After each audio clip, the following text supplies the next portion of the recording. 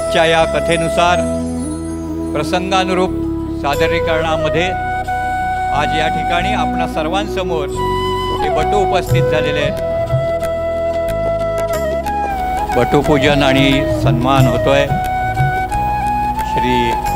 श्रीरंग भिडे आणि श्री उदय बापट यांच्या हस्ते.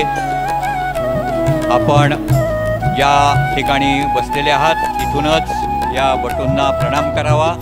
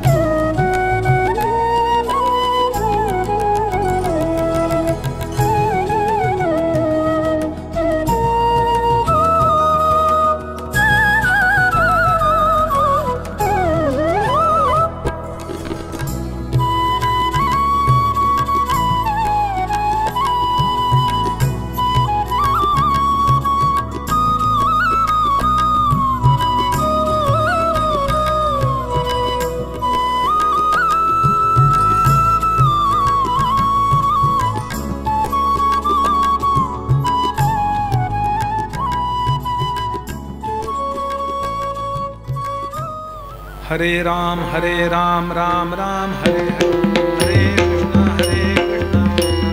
हरे हरे. बोला.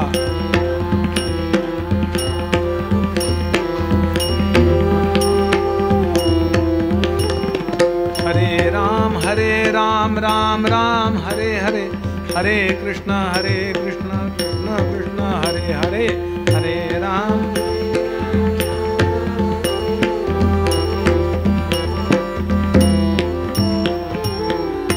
सगळ्यांनी माझ्या पाठोपाठ म्हणा. श्री भगवान उवाच ज्ञानं परमगुह्यं मे यद्विज्ञान समन्वितं सरहस्यं तदङ्गं च गृहाण गदितं मया यावानहं यथा भावो यद्रूप गुणकर्मकः तथैव तत्त्वविज्ञानम् अस्तु ते मदनुग्रहात्. अहमेवासमेवाग्रे नान्यं यत्सदसत्परं पश्चादहं यदेतच्च यो वशिष्येत सोऽस्म्यहम्. ऋतेऽर्थं यत् प्रतीयेत न प्रतीयेत चात्मनि तद्विद्यादात्मनो मायां यथा भासो यथा तमः यथा महान्ति भूतानि भूतेषु चावचेष्वनु प्रविष्टान्यप्रविष्टानि तथा तेषु न तेष्वहम्. एतावदेव जिज्ञास्यं तत्त्वजिज्ञासुनात्मनः अन्वयव्यतिरेकाभ्यां यत्स्यात् सर्वत्र सर्वदा एतन्मतं समातिष्ठ परमेण समाधिना. भवान् कल्पविकल्पेषु न विमुह्यति कर्हिचित्. श्री गोपाल कृष्ण भगवान की. ओम नमो भगवते वासुदेवाय. ओम नमो भगवते. ओम नमो भगवते.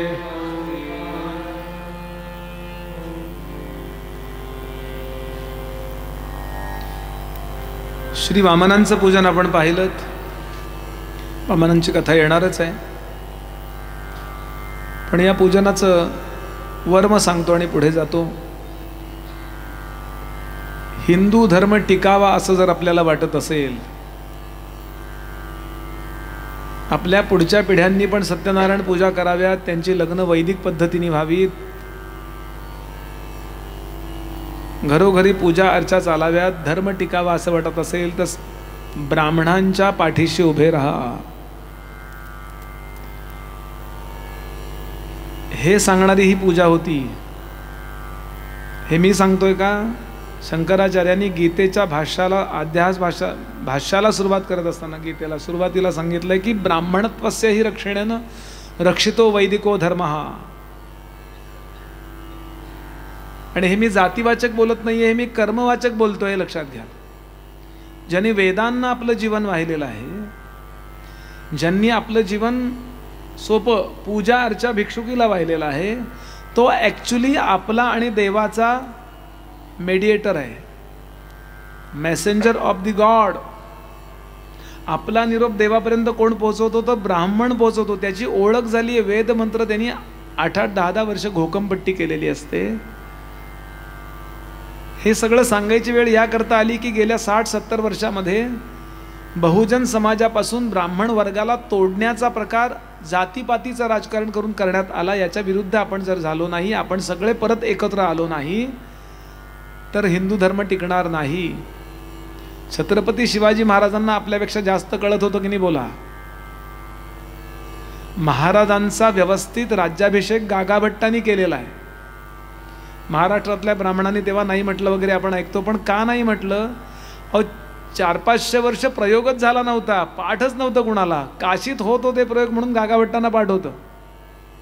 गागाभट्ट मुळातले नाशिकचे आहेत. इथे काही प्रकार घडले म्हणून पूर्वज त्यांचे तिकडे गेलेत. महाराज रोज संध्या करीत असतात, त्यांच्या गळ्यात जानवं होतं असं वर्णन आहे. संध्या पुंज केली आहे त्यांनी. त्यानंतर त्यांच्या अष्टप्रधान मंडळ जे आहे शिवाजी महाराजांचं, त्यातले 8 त्यांचे मार्गदर्शक म्हणजे मंत्री म्हणून जे आहेत, ते 8 पैकी 7 जण ब्राह्मण होते, 1 जण मराठा होते. गायत्री करणारा ब्राह्मण जेव्हा पाठीशी असतो त्यावेळेला फरक पडतो. पुन्हा सांगतोय मी, हे जातीपातीचं बोलत नाहीये, मी हे कर्मवाचक बोलतोय. वेदांना ज्यांनी जीवन वाहिलेलं आहे असे लोक आपल्या पाठीशी उभे करा. आणि याकरता असे जे लोक जे करता आहेत त्यांच्या पाठीशी आपण उभे राहा. आर्थिक त्यांना काही कमी पडता, या मुलाला शिकताना काही कमी पडता कामा नाही, लक्षात घ्या. म्हणजे मग तो उत्तम घनपाठी होईल किंवा काय जे त्याला शिकायचं ते होईल. आणि तो जेव्हा आपल्या घरी येईल त्यावेळेला त्याच्या पायात, भागवतातच वर्णन आहे की ब्राह्मणाच्या पायात लक्ष्मी राहते. ब्राह्मण गरीब असतो कदाचित, पण तो ज्याच्या घरी जातो तो श्रीमंत होतो. हे आपल्या लोकांना माहित नाही, हे गुजराती लोकांना माहिती आहे. त्यामुळे ते ब्राह्मणांची पूजा अशी करतात. म्हणजे मी पाहिलेत लोक असे की अत्यंत गर्भश्रीमंत पण चांदीच्या ताटात वाढतात असे, आणि समोर हात जोडून उभे राहतात. म्हणजे मी नावं फक्त घेत नाही त्यांची, मोठे मोठे उद्योगपती, आत्ताच ज्यांचं लग्न झालं, जिओ, मी पाहिलेलं आणि आपल्या समोर बोलतोय. आपल्याला व्हायचं ना थोडं तरी श्रीमंत, इतकं जाऊ द्यात, पण थोडं तरी. ही गोष्ट आपण करा. आणि हे मी कुठल्याही स्वार्थानं बोलत नाही आहे. धर्म टिकावा भारतामध्ये, या तळमळीने जे संतांनी सांगितलं तो निरोप मी आपल्यासमोर देतो. पुन्हा सगळा समाज आपल्याला एक करायचा. आपण फक्त भारतीय आहोत आणि भारतीय संस्कृती सांभाळायला ब्राह्मण हा कणा आहे, म्हणून ब्राह्मणांना सांभाळा. समर्थांनी म्हटलंय ना, मराठा ती तुका मेळवावा. मराठा म्हणजे महाराष्ट्रीयन लोक सगळे एकत्र होऊया. कुणी कुणबी आहे, कुणी आमका आहे, कुणी तेली आहे, कुणी तांबोळी आहे, कुणी, हे सगळे आपण एक होऊया. आणि आपला परंपरेनं आलेला जो संस्कृतीचा विचार आहे तो आपण सांभाळूया. म्हणजे पिढ्यानपिढ्या आपल्या DNA-तही फरक होणार नाही आणि पिढ्यानपिढ्या आपली संस्कृती टिकून राहील. आणि याकरता पूजा सांगणाऱ्या ब्राह्मणांना सांभाळा, हे मला म्हणायचं होतं. आता वामनाची पूजा होणारच आहे, झालेलीच आहे, आता ती कथा येणारच आहे. आता आपण मूळ कथेकडे जाऊया. आरंभ झाला बघा. तुम्ही टाळ्या वाजवल्या नाही म्हणून ह्यांनी वाजवल्या.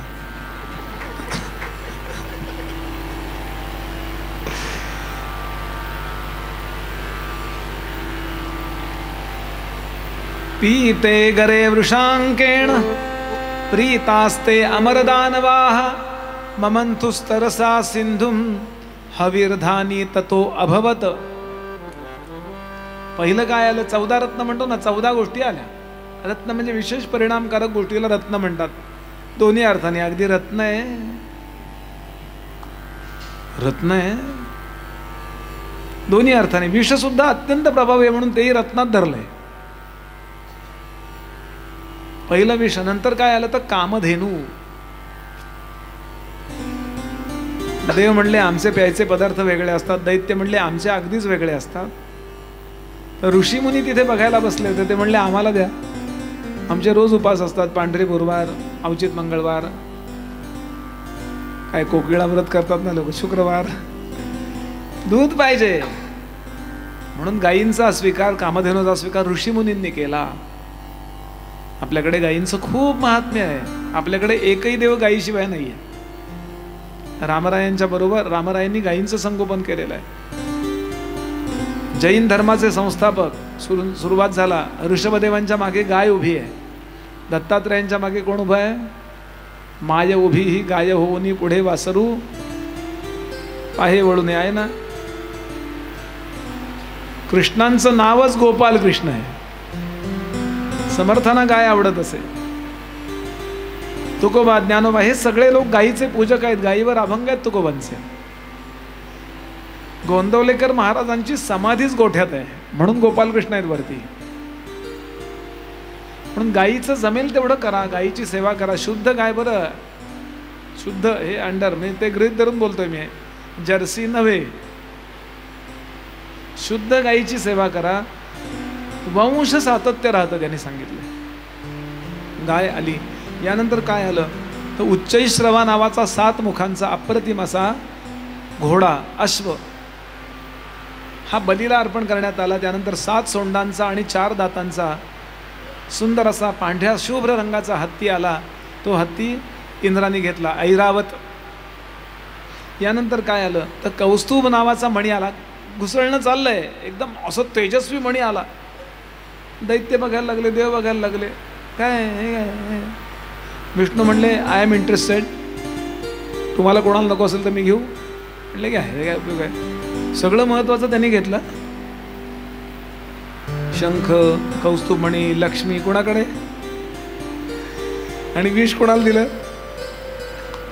पॉलिटिकल गॉड आहे असं. आणि कौस्तुभ म्हणल्यानंतर अप्सरा आली नाही, आल्या. एकदम असं घराघोग असं घुसळणं चाललंय आणि एकदम सुंदर सुंदर तरुण मुली, अतिशय सुंदर, म्हणजे त्या सौंदर्याला मर्यादा नाही, अशा पाण्यातनं सरकत सरकत, अप्सुसू सरती इति अप्सरा, पाण्यातनं सरकत सरकत आल्या म्हणून अप्सरा. बलीनी त्यांची योजना स्वर्गामध्ये केली. बलीच्या ताब्यात तेव्हा स्वर्ग आहे. यानंतर चंद्र आला, त्याला आकाशामध्ये स्थापन करण्यात आला. त्यानंतर एक अप्रतिम असा शंख आला, इतका सुंदर शंख आला. तेव्हा विष्णू म्हणले लोक माझ्या नावानं करतात, एखादा माझ्याकडे असू द्यात. म्हणून शंख त्याने घेतला. त्यानंतर सुंदर असे कार्मुक आलं, शार्ंग. आपण शार्ंग धन्वा गदाधरा हा म्हणतो ना, ते विष्णूने घेतलं. त्यानंतर सुरा आली, सुरा, ती असुरांनी घेतली. आणि आता सगळेजण प्रार्थना करतायत. बारम्मा बारम्मा बारम्मा सौभाग्यदा लक्ष्मी बारम्मा, नम्मम्मानी सौभाग्यदा लक्ष्मी बारम्मा, नम्मम्मानी सौभाग्यदा लक्ष्मी बारम्मा.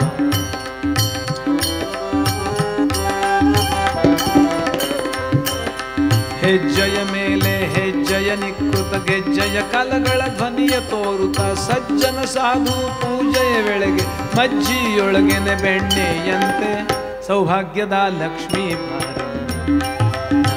ಮಾನಿ ಸೌಭಾಗ್ಯದ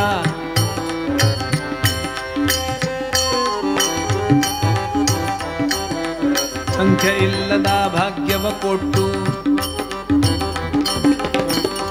ಏನ್ ಹೇಳ್ತಾರೆ ಪುರಂದರದಾಸ? काही देताना ती मोजून देत नाही, आमाप देते. संख्या इला. भाग्य देताना ती संख्या मोजून नाही देत. उदार आहे जगदंबा. कालच येऊन गेली ना.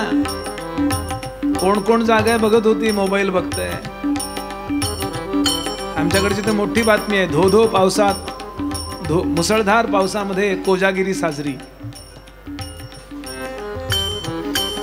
हेडलाईन अशी होती. पण जगदंबा येते. स्वरूपाला कोण जागतं? जाग जाग स्वरूपी लवलाही, पामरा तुझं कशी निजा आली. हे बिचाराला काल आली होती कोजागिरती. म्हणून कोजागरती कोण जागा आहे? कोजागिरी जगदंबा आली. ती देताना मागे पुढे बघत नाही, भरभरून देते, सगळ्यांना देते हो. असं तिचं देणं आहे. पुरंदरदास सांगतात, संख्या इल्लदा भाग्य वकुट कंकन कैया तिरवत बार कुंकुमांकिते पंकज लोचन व्यंकट रमणन बिंकद राणी सौभाग्यदा लक्ष्मी बारम मानी सौभाग्यदा लक्ष्मी बारम्मा बारम्मा बारम्मा बारम्मा बारम्मा बारम्मा बारम्मा बारम्मा बारम्मा सौभाग्यदा लक्ष्मी.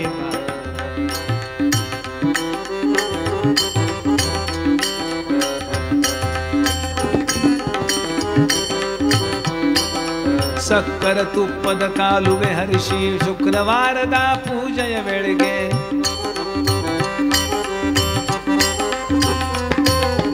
ಅಕ್ಕರೆ ಉಳ್ಳೆ ಅರಿಗಿರಿ ರಂಗನ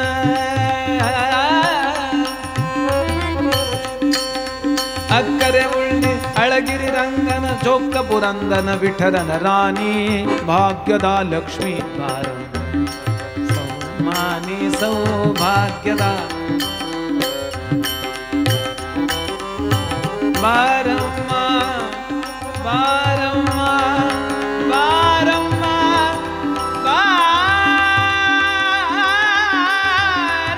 ಬಾರಮ್ಮ ಬಾರಮ್ಮ ಬಾರಮ್ಮ ಬಾರಮ್ಮ ಸೌಭಾಗ್ಯದ ಲಕ್ಷ್ಮೀ ಬಾರಮ್ಮ ನಮ್ಮನಿ ಸೌಭಾಗ್ಯದ सौभाग्यदा सौभाग्यदा लक्ष्मी बारम्मा भगवती श्री महालक्ष्मी माता की. ज्यांनी जोरात जय म्हटला त्यांना मिळणार, ज्यांनी नाही म्हटला त्यांना एकदा परत चान्स देतो. भगवती श्री जगदंबा महालक्ष्मी माता की सगळ्यांना मिळणार. अहो, समृद्धीची देवता जगदंबा महालक्ष्मीला समृद्धी पाहिजे की नाही आपल्याला? देहाचं आरोग्य, चेहऱ्यावरचं आरोग्य. पण कोट्याधीश असतात लोक, पण तोंडात एरंडालाचा बोळा तोंडला ठेवला तू कानफडत दिवशी वाटते की नाही? सगळं चांगलं तरी रडते काय?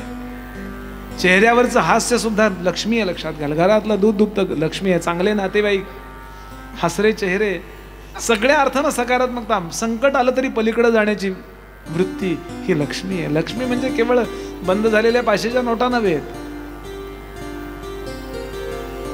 त्याला लक्ष्मी समजण्याची चूक करू नका. सगळ्या अर्थानं सुबत्ता. आणि त्याचं दैवी स्वरूप म्हणजे भगवती लक्ष्मी आली हो, अशी वरती आली. तीच दुर्वासाच्या जांबानं खाली गेली होती ना. आणि सगळे मागे लागले. इंद्र मागे लागला, बली सगळे पळायला लागले. अहो, ते नव्हे, आजही पळतायतच ना, अजून मागे लागलेलेच आहे. लक्ष्मी कोणाला वरमाला घालते हे सांगण्याकरता ही कथा आली आहे. शुकदेवांनी अप्रतिम सांगितली कथा. धावतायत धावतायत धावतायत. धावणाऱ्याच्या मागे लक्ष्मी कधी येत नाही, त्याला कधी मिळत नाही. कष्ट करायला पाहिजेत बरं, म्हणजे निवांत बसा असा अर्थ नाही. लक्ष्मीनं सांगितलं आहे बघा, मी काही उच्चैश्रवा घोडा नाही, कौस्तुभ मणी नाही आहे. You can't decide. ओळीनं उभे राहा, मला योग्य वाटेल त्याच्या गळ्यामध्ये मी वरमाला घालेत, कारण मी स्वयंवरा आहे. स्वयं म्हणजे स्वतः, आणि वरा म्हणजे निवडण्याची, पती निवडण्याची बौद्धिक क्षमता असणारी स्वयंवरा. 18 वर्ष पूर्ण म्हणजे स्वयंवरा नव्हे. बौद्धिक क्षमता आहे का माझ्यात? दोघांनी विचार करावा. स्वयं म्हणजे स्वतः, स्वयंपाक म्हणजे काय? स्वतः आपण शिजवायचं, त्याला स्वयंपाक म्हणतात. त्यांच्याकडनं स्वयंपाक आणलाय म्हणायचं नाही. स्वतः, तसं स्वतः निवडल्यानंतर जी मुलगी लग्न झाल्यानंतर 2-5 वर्षानं कशाला तुझ्याशी लग्न केलं, तो कॉलेजमध्ये रम्या मागं लागला होता, किती चांगला झाला, तू करकुंडा राहिला, असं म्हणते ती स्वतः मूर्ख आहे असं म्हणत असते. स्वयंवरा म्हणजे मी निवडल्यानंतर याच्याबरोबर मी आनंदात राहीन आयुष्यभर, असं डिसाईड करता आलं पाहिजे ना. मोहबिह फार तात्पुरतं आहे हो. सावध करतात आपल्याला. सगळं लक्ष्मी आपल्याला आदर्श असेल तर हे घ्या कथा, ओळीनं उभे राहा सगळ्यांनी. असं तुम्ही नव्हे, ते सांगताय. इंद्र उभा राहिला हो, अशा कामात इंद्र पाहिला त्यावेळेचा. म्हणजे इंद्र उभा राहिला, तेवढ्यात त्यांनी त्या बॅगमधनं फेअर अँड हँडसम काढलं, लगेच तयार झाला उभा राहिला. इंद्राला जगदंबेने नाकारलं, लक्ष्मीने. का? त्याच्यातला दोष दिसला. कुठला दोष? व्यभिचारी. इंद्र सुरराज आहे, बरोबर आहे, पण व्यभिचारी आहे. व्यभिचारी व्यक्तीला यशलक्ष्मी कधीही वरमाला घालत नाही. एक तात्पुरता प्रगतीचा भाग झालेला दिसेल पूर्व प्रारब्धानी, पण चारित्र्य भ्रष्ट मनुष्य झाला की लक्ष्मी त्याच्यापासून पाठ फिरवते. हे वाक्य लक्षात ठेवायला आमच्या तरुणांना ही गोष्ट सांगायची आवश्यकता आहे. आजचा तरुण चांगला आहे, पराक्रमी आहे, सगळं आहे, पण सोशल मीडियावरती जे काही दाखवलं जातं किंवा सातत्याने जे काही बाहेर प्रचार केला जातो, अमक्या खानाने 3 लग्न केली, तमक्या खानाने 5 लग्न, हे काय आदर्श आहेत होय आपले? नाही. माझी संस्कृती चारित्र्याची पूजा करणारी आहे. तुम्हाला दीर्घकालीन जर यश मिळवायचं असेल, जिसको लंबे रेस का घोडा बोलते हैं ना, वो होना चाहते हो, तो पहिल्यांदा काय सांभाळायला लागेल आपल्याला? तर आपलं चारित्र्य सांभाळावं लागेल. महत्वाचं आहे हो. इंद्राला नाकारलं, बली उभा होता दुसरा. आता बलीचं चारित्र्य चांगलं आहे, अत्यंत गुणी आहे बली. दरी दैत्य असला, फार उकडते का तुला, पंख्याखाली बस, असं करू नकोस, लक्ष जातं तिथं, ते ठेवून दे खाली कुठेतरी, शांत ऐक.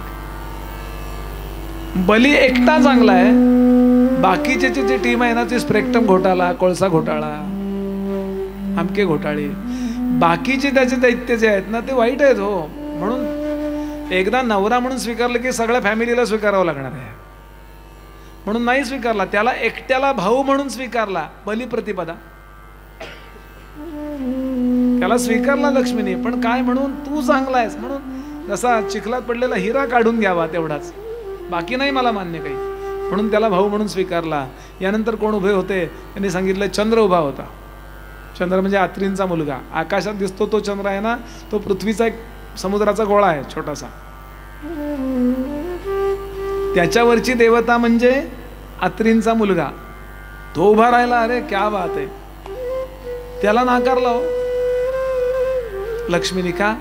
तब्येत सारखी बिघडते हो, 15 दिवस हॉस्पिटलमध्ये ऍडमिट असते. आपण करिअर म्हणून या कथेकडे बघा. तुम्हाला खूप मोठं यश मिळवायचं असेल तर तुमचं आरोग्य चांगलं असलं पाहिजे. देही आरोग्य नांदते. काय 80-90-100 वर्ष जगू ना, ते आरोग्यासह जगू असं ठरवून टाका. यशलक्ष्मी त्याच्या गळ्यामध्ये वरमाला घालते ज्याचं आरोग्य चांगलं आहे. रोज आजारी असतात बघा, गुडघे दुखतायत, अमकं दुखते, तमकं दुखते. एक म्हणलं माझा गुडघा फार दुखतो, काय करू? म्हणलं विचार करू नकोस,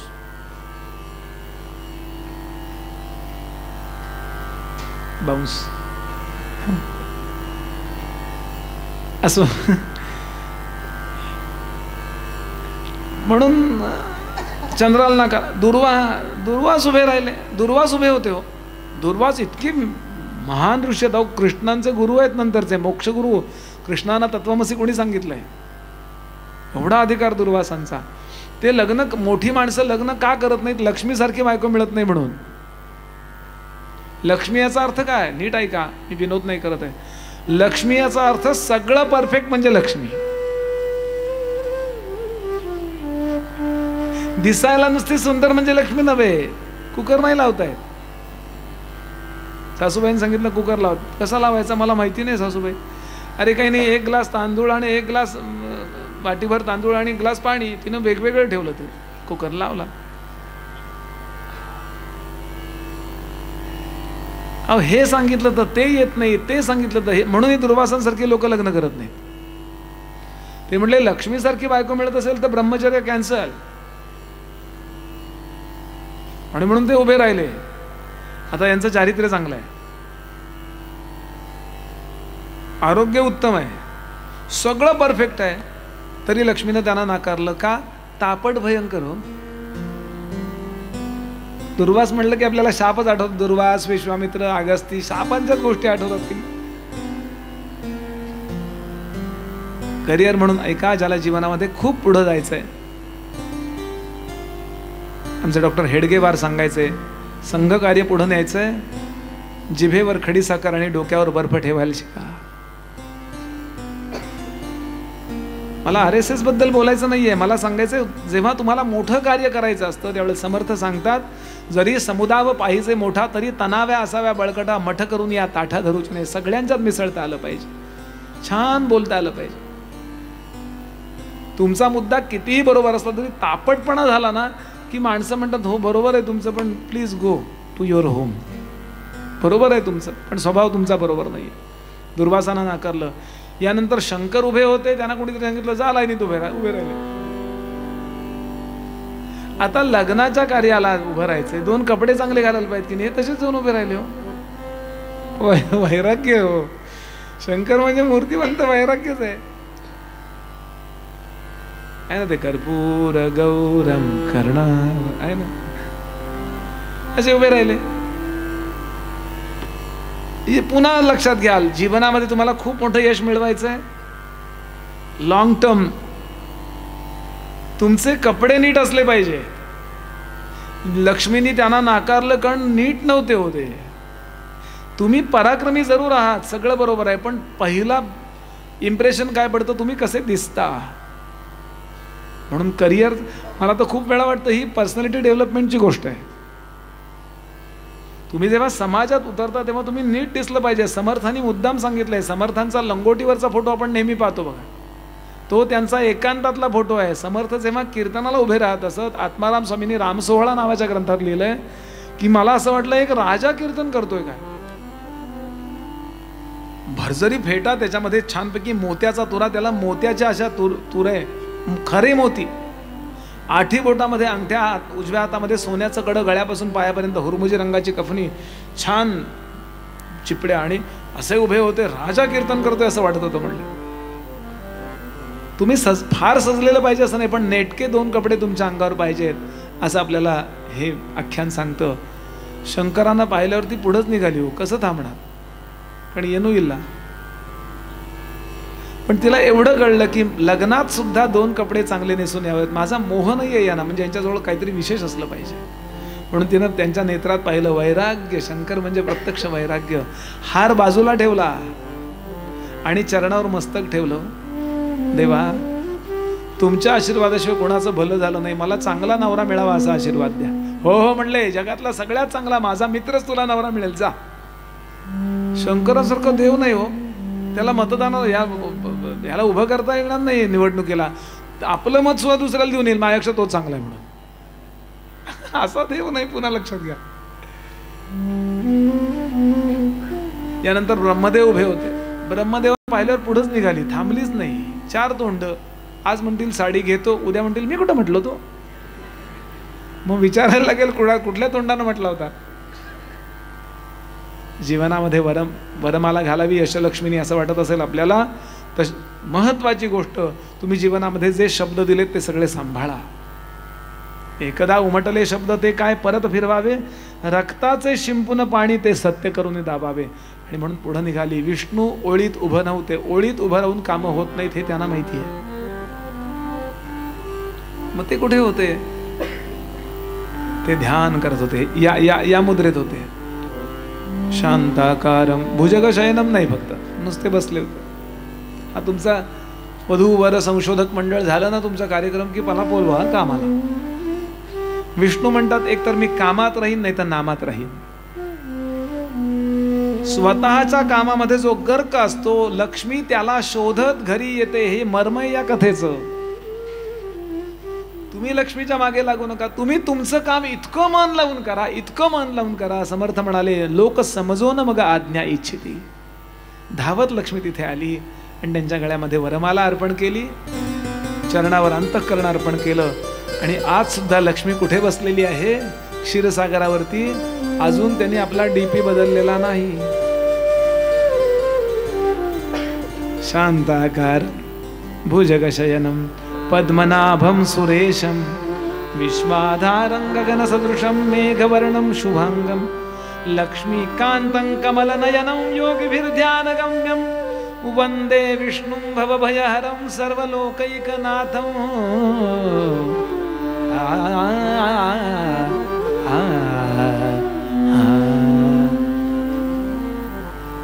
विष्णू आपल्याला दाखवतात, लक्ष्मी जरी माझी पत्नी आहे, तिला मी डोक्यावर नाही घेणार, ती चरणाजवळ आहे. याचा अर्थ असा, मी माझ्या करिअरला सोडणार नाही श्रीमंत झालो म्हणून.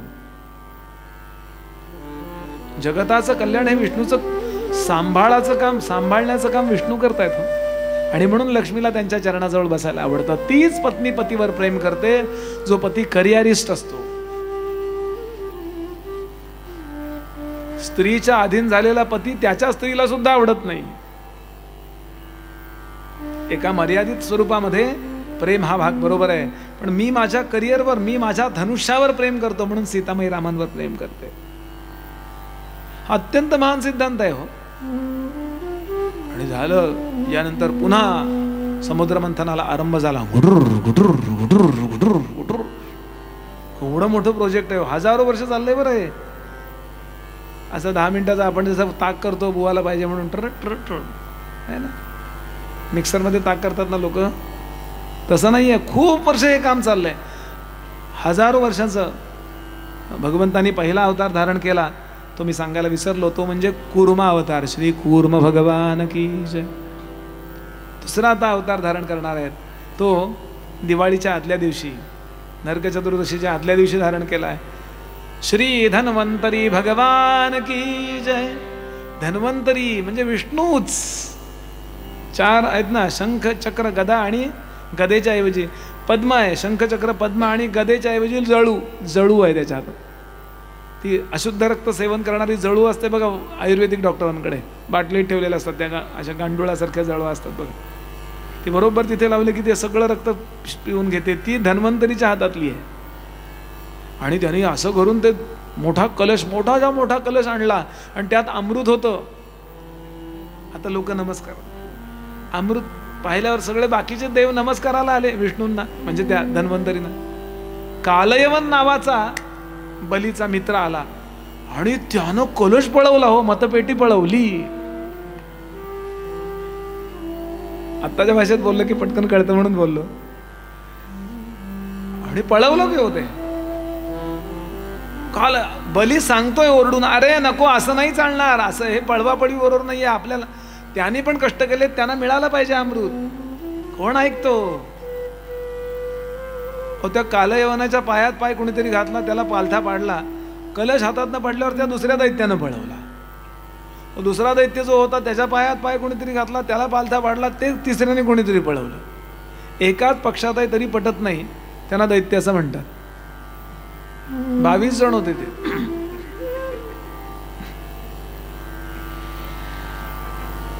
आणि भगवंतानी विचार केला आता काय करू, आणि मोहित करण्याकरता देवतांना एक सुंदर अवतार घेतला.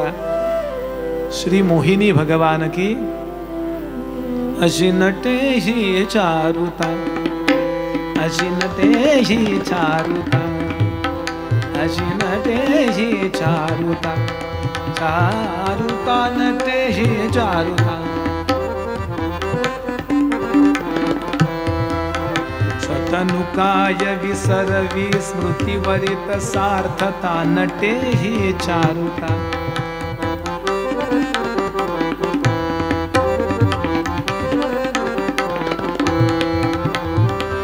नयनी तरलता हसत खेळत, नयनी तरलता हसत खेळत, नयनी तरलता.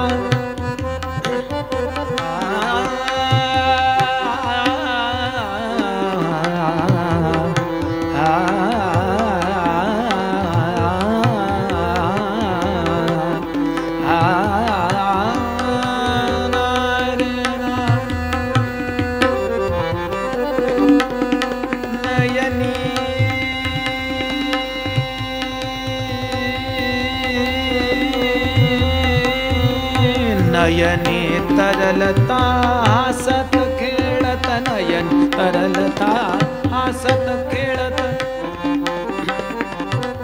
चारुता म्हणजे सुंदरता, सुंदरताच नटून आली आहे.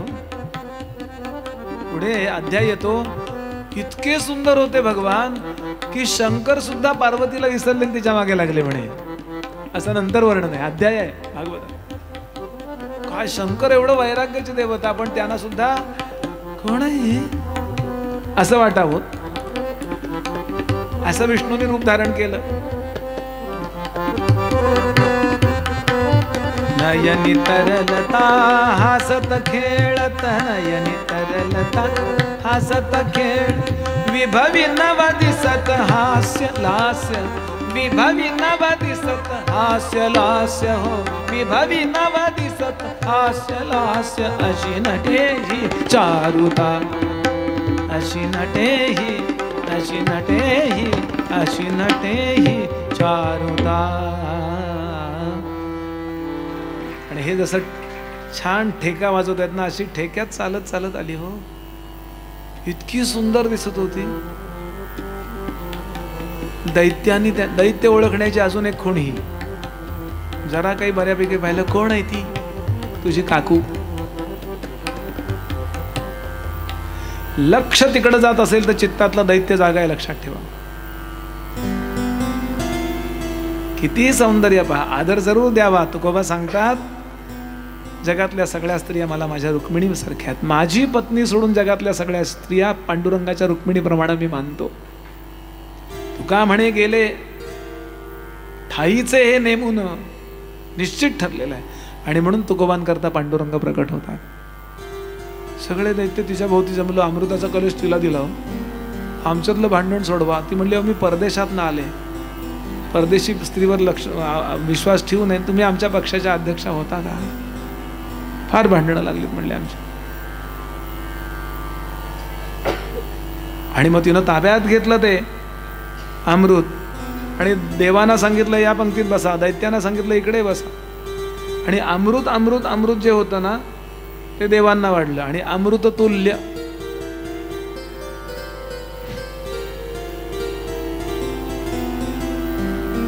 आणि सुंदर असा एक प्रश्न मनात आला. इथे परीक्षितीने प्रश्न विचारलाय तो, गुरुजी, भगवंत कुणाचीही बाजू घेत नाही, पार्सलिटी ज्याला म्हणतात, पक्षपात करत नाही.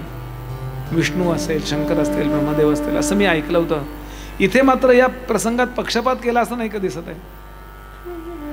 कारण देवानी जेवढे कष्ट केलेत तेवढेच दैत्यांनी केलेत. काकणभर जास्त कष्ट दैत्यांना झालेत. याचं कारण ते सर्पाच्या त्या वासुकीच्या मुखाच्या बाजूला आहे. तोंडातनं येणाऱ्या ज्वाळांनी त्यांचं अंग जळलंय. समान कष्ट समान प्रयत्न करून सुद्धा अमृत देवतांना का प्राप्त झालं, परीक्षिती प्रश्न विचारतो. हा प्रश्न आपल्याही मनात आला पाहिजे. खूप लोक कष्ट करतात, काहीच लोकांच्या कष्टानं यश येतं की नाही. खूप लोकांनी हॉटेल उघडली, पण कोरोना नेमका आला हो. आणि कोरोना झाल्यावर ज्यांनी उघडली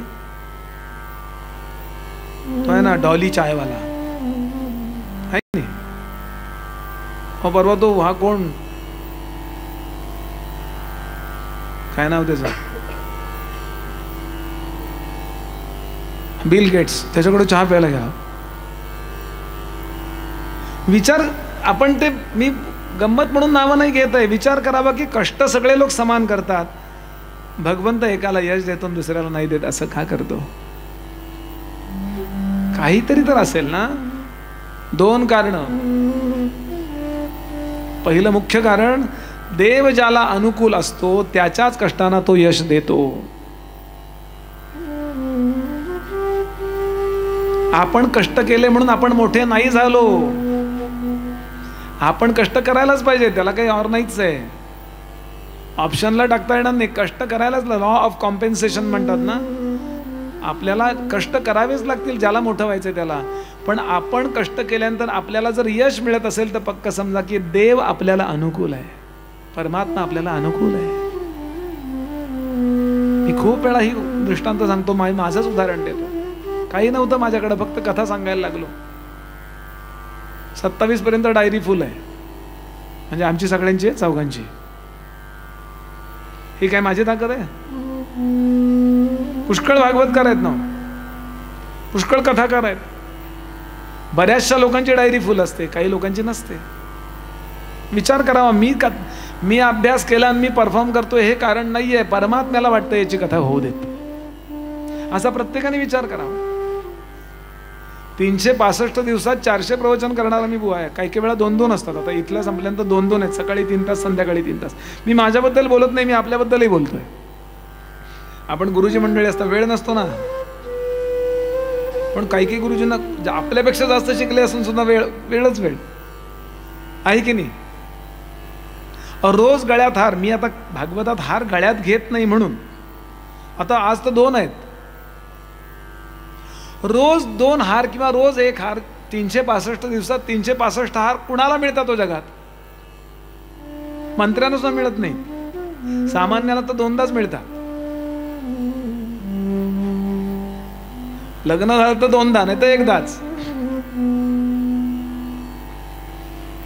ही काय ताकद मकरंद बुवाची आहे? ही काय सुशीलची आणि आदित्यची ताकद आहे का?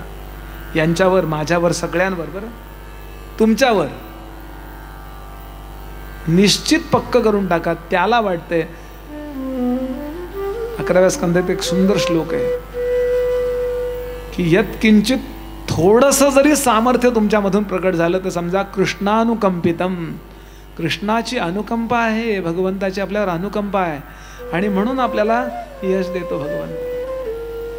म्हणून कधी यश आपल्या डोक्यात जाऊ देऊ नये. त्यानं काढून घेतलं ना, बॅकअप काढून घेतला, विषय मिटला. एक माणूस कोम्यात गेला, कोम्यात, आणि जागा झाला. केव्हा तरी कोम्यातनं बाहेर आला. डॉक्टरना विचारलं काय झालं होतं? म्हणले तुझं नेटवर्क गेलं होतं. काय होईल सांगता येत नाही हो.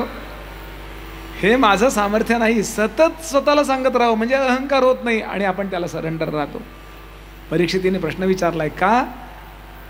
याचं कारण देवांना तो भगवंत अनुकूल आहे, पण दैत्यांना अनुकूल का नव्हता? कारण द्वेष मत्सराने ते पेटलेले आहेत. बलीचा एक भाग सोडून द्या, पण बाकी सगळे द्वेष मत्सराने पेटले आहेत. असूया, द्वेष, मत्सर, दुसऱ्याचं वाईट व्हावं, निंदा, हे जिथे असतं तिथे भगवंत कृपा करत नाही.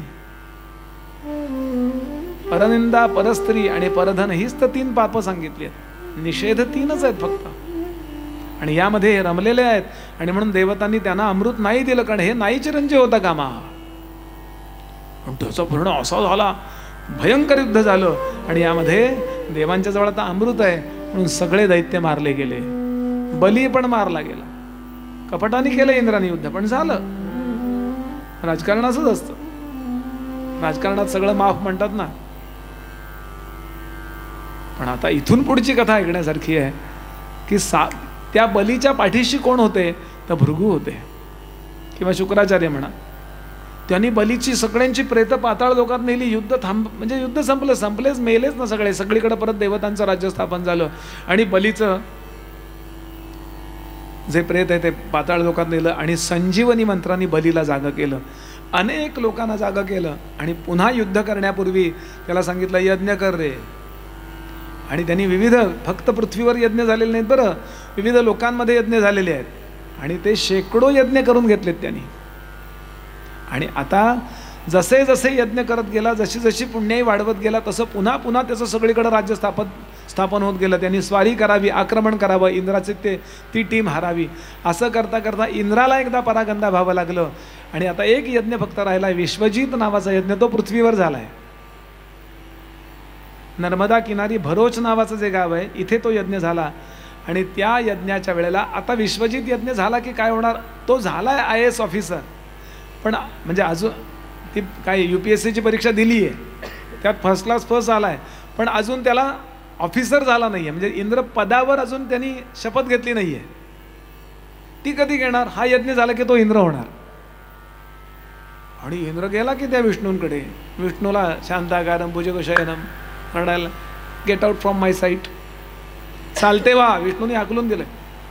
मी तुम्हाला अमृत मिळवून दिलं, मी तुम्हाला इतक्या वस्तू मिळवून दिल्या, ऐरावत मिळवून दिला, अप्सरा एवढं सगळं मिळवून दिलं. तुम्ही 24 तास मोबाईल आणि TV बघत बसले. आता नाऊ आय एम विथ बली.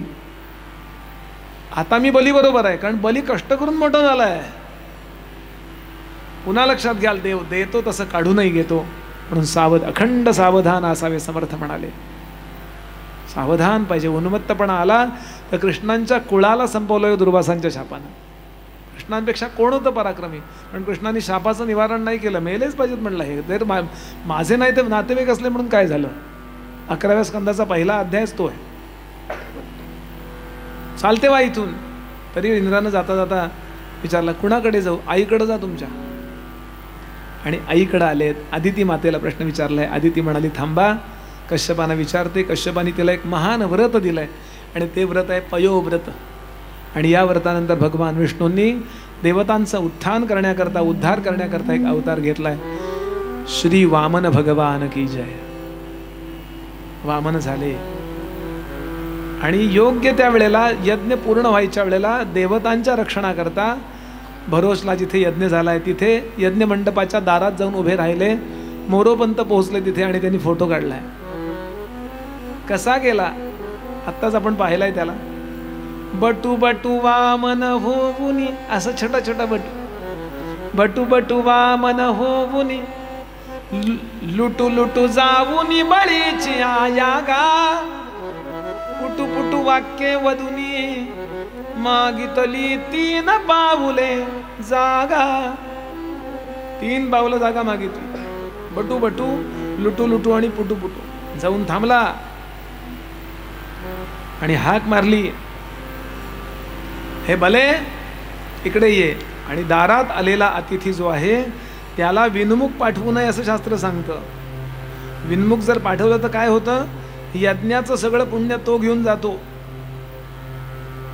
म्हणून आलेल्या अतिथीला कधी आपल्याकडे पूर्वी पद्धत होती, माझी आजी सांगायची, पोस्टमन दारात आला ना त्याला पाणी तरी विचारावं. तो नाही म्हणला तर त्याचा प्रॉब्लेम आहे, पण आपण विचारलं नाही एकही दिवस असा जाता कामा नये. त्याच्या लक्षात राहतं बरं का, या घरात रोज पाणी विचारतात. तुमच्या भागात सांगायची गरज नाहीच आहे, प्रत्येक घर तुमच्याकडचं असंच आहे. कोकणामध्ये आलं की गोष्ट खूप जाणवते. माणुसकी ज्याला म्हणतात, ही तुमच्या जवळची की आहे. माणुसकी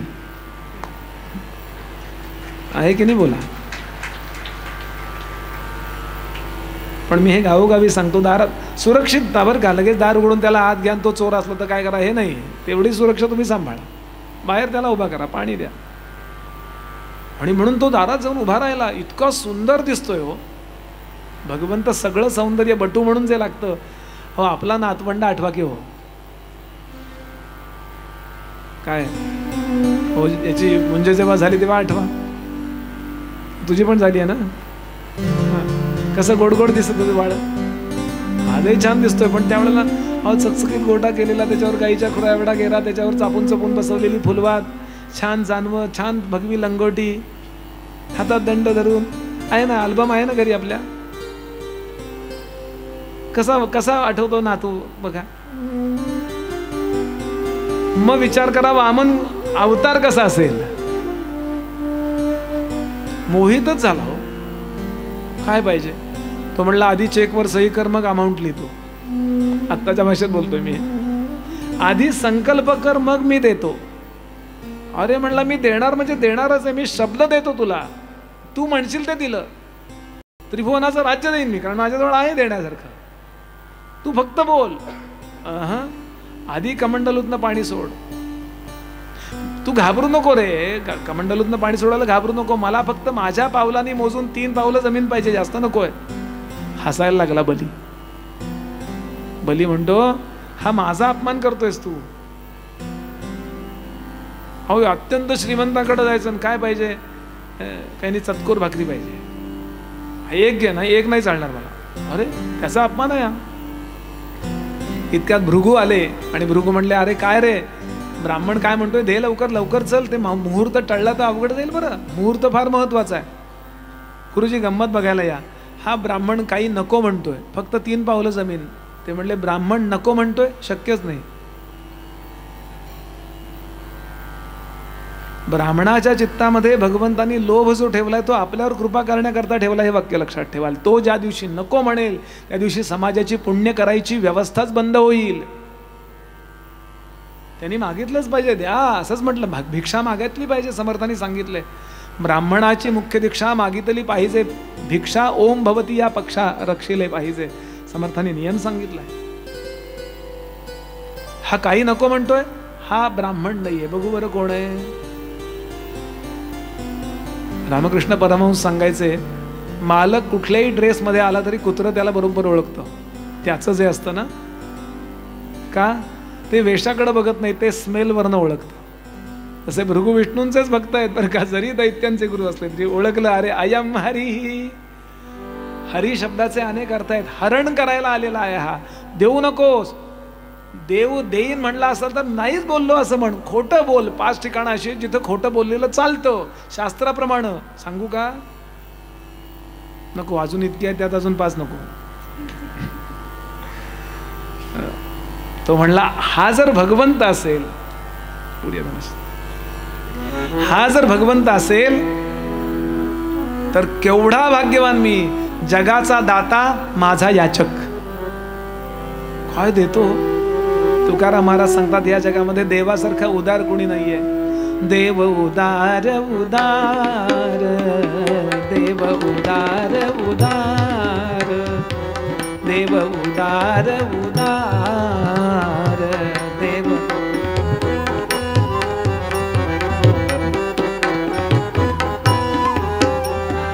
देतान म्हणे थोडे फार, देतान म्हणे थोडे फार, देतान म्हणे, देतान म्हणे, देतान म्हणे थोडे फार, देव देव उदार उदार, देव उदार,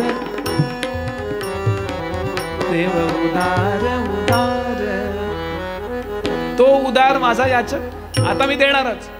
आणि संकल्प सोडायला गेला, ते कमंडलूतनं पाणीच पडे ना. अरे म्हणले आत्ता तर व्यवस्थित होता. वामन म्हणला मला माहिती आहे. त्या भृगूंनी छोटं रूप धारण केलं आणि ते कीटक रूपानं पाणी थांबवतात. असे झारीतले शुक्राचार्य खूप असतात. सरकारने खूप योजना केल्या असतात, पण वाटेतच नाही का. ते एक पंतप्रधान म्हणाले ना, मी दिल्लीतनं रुपया सोडला की तिथपर्यंत 10 पैसेच जातात म्हणले. शुक्राचार्य असे. वामनाने एक फक्त दर्भ काढला आणि ते जे कमंडलूला तोटी असते ना, त्या तोटीमध्ये असं करून सक करून घातला. त्याबरोबर ते जे कीटक रूपात होते ना शुक्राचार्य, त्यांचा एक डोळा गेला आणि एकाक्ष झाले ते. पांडुरंग शास्त्री आठवलेने याच्यावरती वेगळाच प्रकाश टाकलाय. एकाक्ष म्हणजे एकाच पक्षाचं कल्याण व्हावं अशी दृष्टी असणारा शुक्राचार्य म्हणाले. जगताचं कल्याण त्याच्या डोळ्यासमोर नाहीये म्हणून त्याचं नाव एकाक्ष आहे म्हणाले. काय शास्त्री बोंची दृष्टी असेल. कधीतरी पांडुरंग शास्त्री आठवले, वाचून काढले असतील तर फार उत्तम आहे. आणि म्हणून रागावले, निघून गेले. माझा डोळा गेला म्हणले तुझ्या या प्रकरणात. जा, तू श्रीहीन होशील. तो म्हणला चालेल, पण मी दारात आलेला अतिथी सोडणार नाही. आणि संकल्प सोडला. हातावरनं पाणी कमंडलूतलं झारीतलं कामनात पडल्याबरोबर भगवंतानी एकदम त्रिविक्रम भगवान की, उरुक्रम किंवा त्रिविक्रम अवतार, भगवान एकदम असे वाढायला लागले. सहस्र शीर्षा पुरुषा सहस्राक्ष सहस्रपात सब्रुम अत्यतिष्ठ दशांगुलम, असे तरतर तरतर वाढत गेले. आणि आपल्या पृथ्वीपासून खाली जिथे आपल्या ब्रह्मांडाची बाउंडलेस बाउंड्री आहे तिथपर्यंत पावलं गेली आणि ध्रुवापर्यंत डोकं गेलं. अशी कुठेतरी बेंबीजवळ अशी तरंगणारी एवढीशी पृथ्वी दिसायला लागली. आणि आकाशवाणी झाली, सांग. एका पावलानं वरचे सगळे 14 लोक व्यापलेत. दुसऱ्या पावलानं अतल वितल सुतल हे सगळे तलातल हे सगळे लोक व्यापलेत. तिसरं पाऊल ठेवू कुठे. आणि बलीचा दानाचा अहंकार गेला. बलीला वाटत होतं मी वाटेल ते दान करू शकतो. एका क्षणात बली सरेंडर झाला. देवा चुकलं माझं, चुकलं माझं. चेक बाउन्स झालाय, अरेस्ट. काही ठिकाण आहेत ना चेक बाउन्स होऊन चालत नाही. मला खूप वेळा वाटतं मी असतो तिथं तर आधी माझ्या दारात देव येणारच नाही. पण समजा असतो तर मी उलटी केस घातली असते तिच्यावर. जेव्हा सह्या झाल्या तेव्हा पावलाचा साईज काय होता. कॉन्ट्रॅक्ट ब्रेक फ्रॉम यू असं म्हणलं असतं मी देवाला. पण बली हा व्यापारी नाही आहे, बली हा भक्त आहे.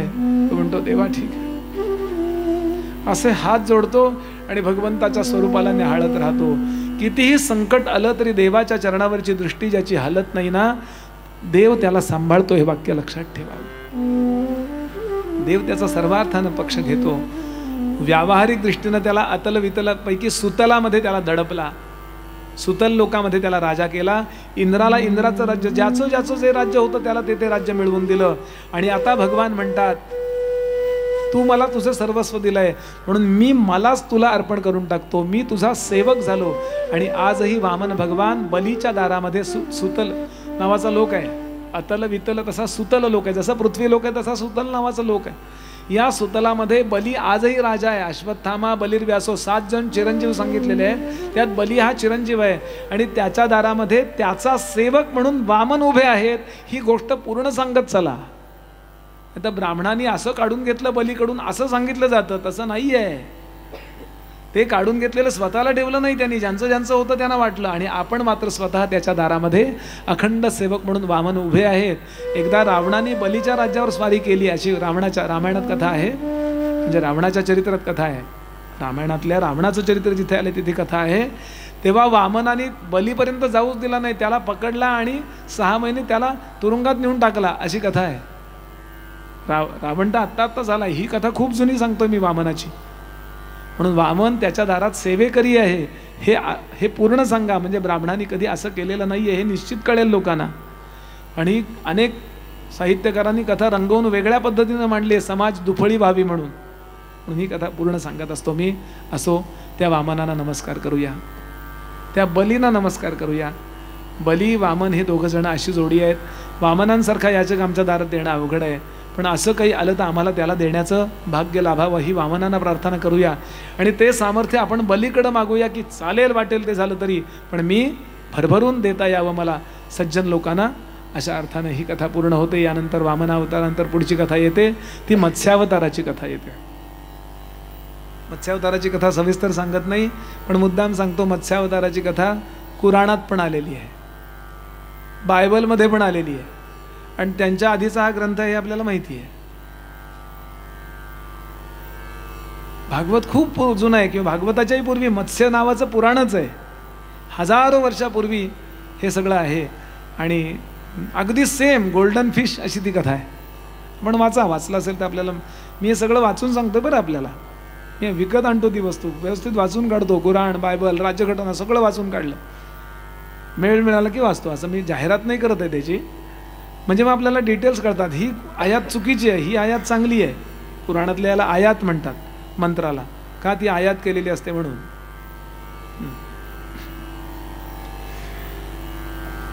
चुकीचं काही आलं की ते लक्षात घ्यायचं, हे यांचं आहे टाळकं. आणि नवीन काही चांगलं काही असलं की ते वेदांमधलं आहे. ते मी तुम्हाला सांगू शकतो ही अशी आहे म्हणून. कितीतरी उपनिषदातलंच आहे. बायबलमध्ये तर फार सुंदर वर्णन आहे. जुना करार नावाचा 2 करार आता एकत्र केलेत त्यांनी.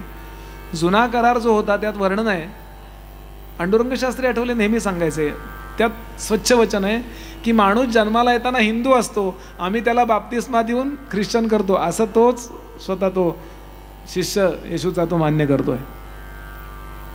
असो, मत्स्यावतारामध्ये जी कथा आहे, मत्स्यावताराची कथा जी भागवतात आली, शेवटचा अध्याय इथला 24वा, त्यामध्ये माशाचा अवतार घेऊन भगवंतानी वेदांचं रक्षण केलं आणि सज्जनांचं रक्षण केलं असं म्हटलंय. म्हणून माझे गुरुजी सांगतात मासे वेदांचं रक्षण करतात. तर मा आणि से मध्ये न घाला. आपण करायला पाहिजे. वैदिकांच्या पाठीशी उभे राहूया. वैद पाठशाळा जिथे चालल्या तिथे आपण काही धनाने मदत करूया, कुठल्या तरी पद्धतीने मदत करू. वेदविद्या संवर्धन मंडळ आहे, त्यांना काही देऊया, भरभरून देऊया. एखादं असं मेमोरेबल म्हणतात ना, लक्षात राहिलं पाहिजे, असे 2000-5000 कोणी देईल, पण जर चांगलं काम चाललंय बघावं. आणि बाबा तुम्हाला एक इमारत देतो, तुम्हाला 2 लाख रुपये देतो, ते तुम्ही कायम ठेवा आणि त्याच्या व्याजातनं विद्यार्थ्यांना शिकवा. असं काही करता आलं तर करा, कुठेही करा. मी आता इथे आहे म्हणून आपल्याबद्दल बोललो, पण कुठेही करता येईल हे असं करावं. म्हणजे आपण भगवंत, आणि याची नोंद भगवंत घेतो. पिढ्यानपिढ्या ती पुण्याई आपल्याला उपयोगाला पडते. आपल्या मुलांना ती पिढ्या, पुढच्या पिढ्यांना ती पुण्याई उपयोगाला पडते. यानंतर 9व्या स्कंधामध्ये फार गोड कथा आहे. अनेक कथा आहेत. सुद्युम्नाची कथा आहे, अंबरीषाची कथा आहे, हरिश्चंद्राची कथा आहे, परशुरामाची कथा आहे. पण 9व्या स्कंधामध्ये सगळ्यात महत्त्वाची शुकदेवांना आवडणारी कथा जी आहे ती माझ्या रामरायाची कथा. शुकदेव म्हणाले सगळे अवतार आहेतच महान, पण ज्याचा 100% आदर्श घ्यावा असा एकमेव अवतार कुठला असेल तो भगवान श्री रामरायाचा. रघुपती राघव राजा राम पतित पावन सीताराम. बोला रघुपती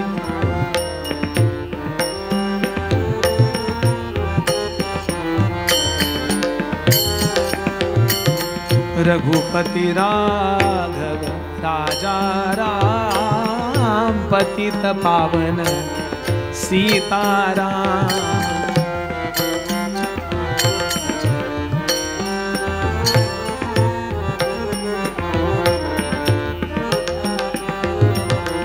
रघुपती राघव राजा राम पतित पावन सीताराम.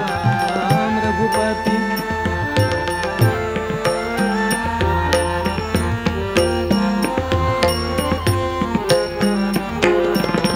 रघुपती राघव राजा राम पतित पावन सीताराम. रघुपती पतित हो रघुपती राघव राजा राम पतित पावन सीताराम. बोलिए रघुपती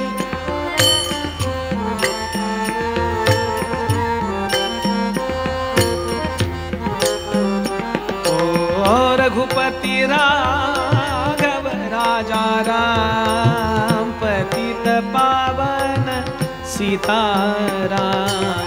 रघुपती राजा पतित रघुपती राघव राजा राम पतित पावन सीताराम. रघुपती राघव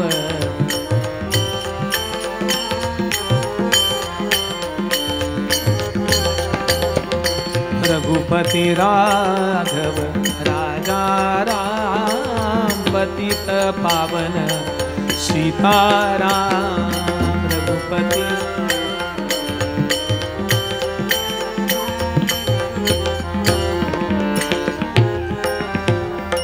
ओम नमो भगवते वासुदेवाय.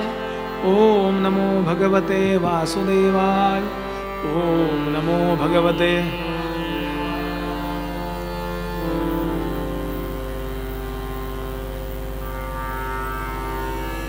यानंतर कथा येते ती परशुराम अवताराची कथा.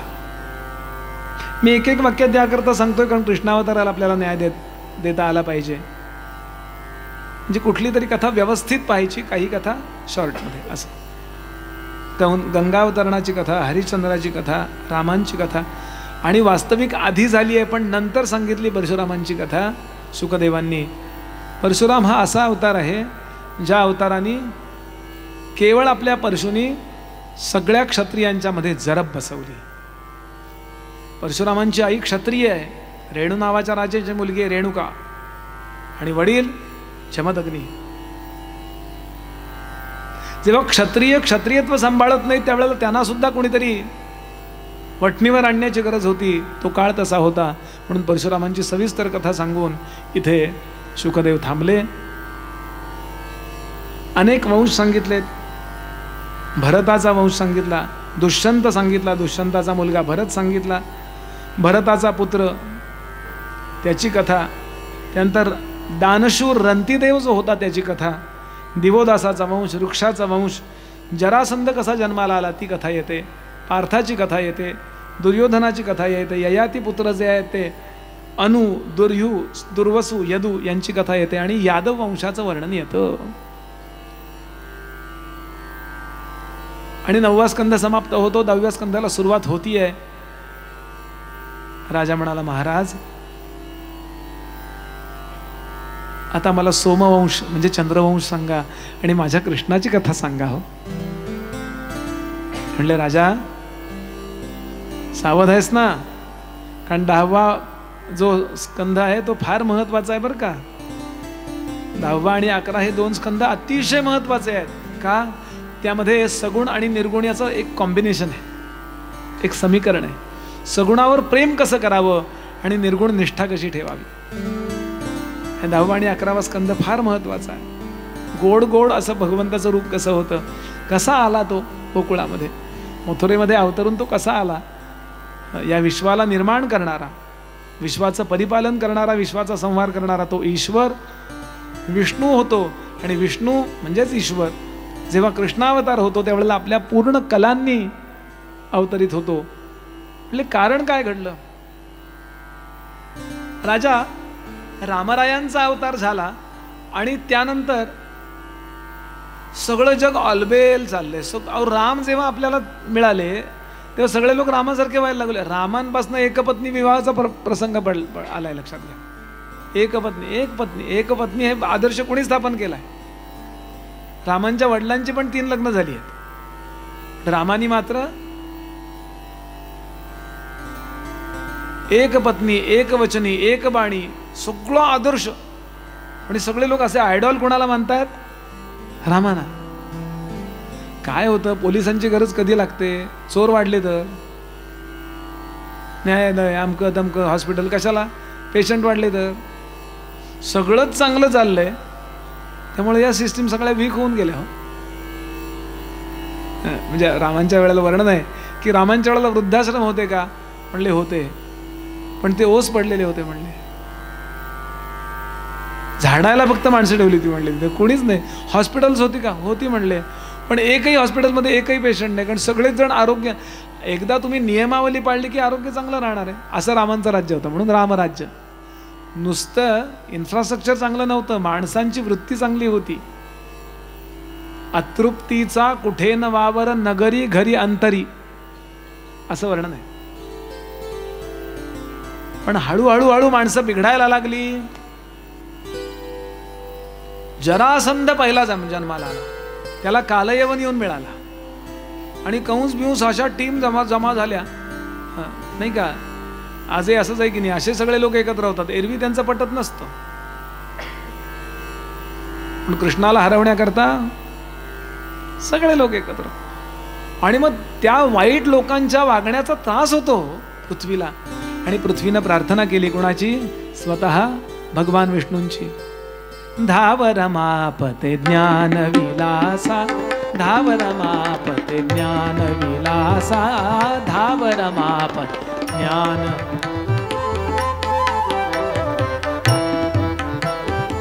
पूर्ण परात्पर शांती निवासा,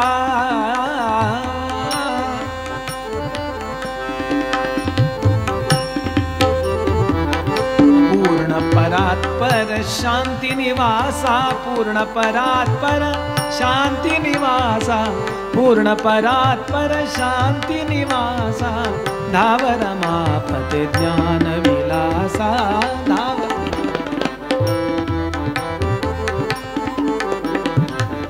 देवा, ही दुष्ट माणसं वाढत चालली आहेत, कसेही वागतात. कंसाधिक खल दुर्मद भारी, कंसाधिक खल दुर्मद भारी,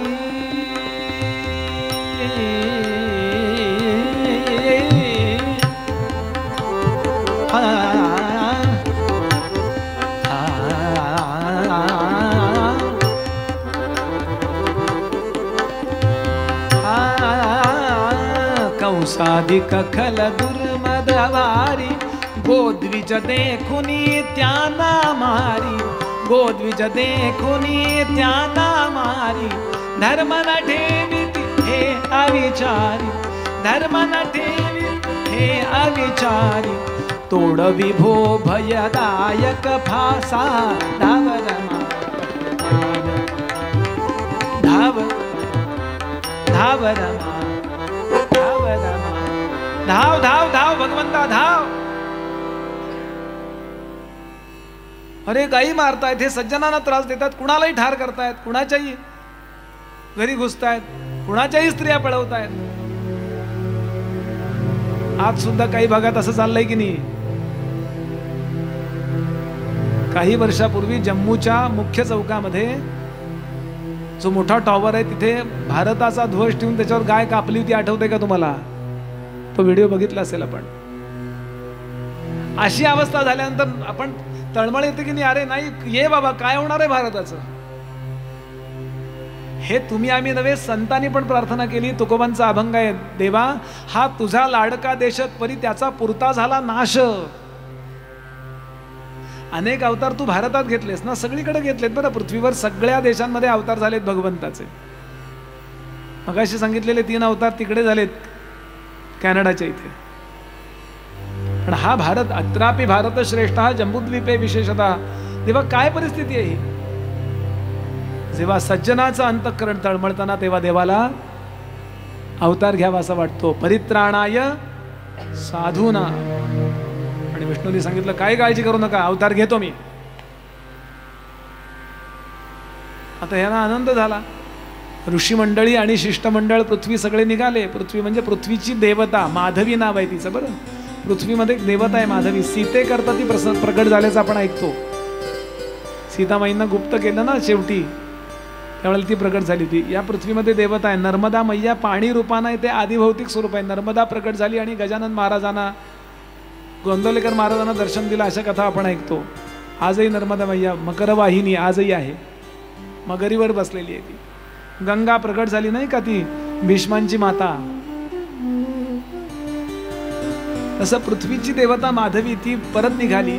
आनंद झाला सगळ्यांना की अभी तारनहार आने वाले हैं, विष्णु जन्म लेने वाले हैं. बहुत अच्छा, बहुत अच्छा, बहुत अच्छा. आणि पहिले जे भेटले ते नारद हो.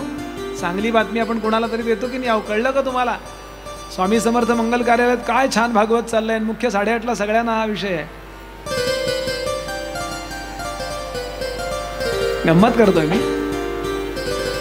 आपण कसं चांगलं काही घडतंय तर सांगतो की नाही, अरे तुम्हाला कळलं का, अरे काय मजा आहे हो, काय दशमस्कंदाचं हवन चालू, इतकी मजा आहे हो तिथे. तसं यांनी या ऋषींनी आणि माधवी नावाच्या देवतेनी निरोप दिला नारदांना. नारदा तुम्हाला कळलं का? म्हटले काय?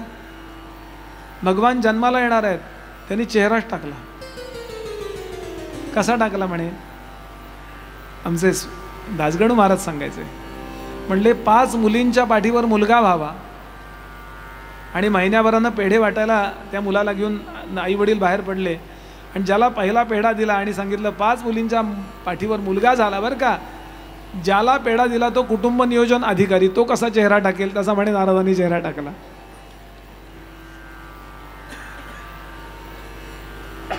का तुम्हाला काय होते म्हणले, नवीन नवीन अवतार घेतो, आख्यानं आम्हाला कीर्तनकारांना पाठ करावी लागतात.